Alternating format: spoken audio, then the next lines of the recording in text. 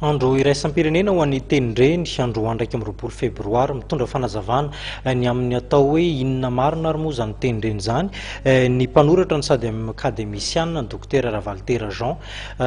Nalsora Valtera zay no ahafantarantsika azy raha eo amin'ny sehatra ny kanto. Tenindreny zany dia ny teny badana dia teny hitafan'ny reny sy amin'izany sy resahana ianaran'ilay zaza miteny sy mamolavola ny fisaina zay ny tenindreny. Ny teny firenena zany dia teny amin'ny firenena ny teny malagasy ary ny teny ofisialy zany dia ny teny iresahan'ny mpitondra fanjakana amin'ny vahoaka malagasy. Zay malizy dia amin'ny ankapobeny zany dia misy koa zany mba azo tarina le hoe le teny teo moa le teny misy teo hoe raha ny teny français misy hoe vernaculaire, langue vernaculaire sy langue véhiculaire. Anatin'izay zany hoe misy tena le ao anatinao mihitsy le teny ary misy nefa ampitanao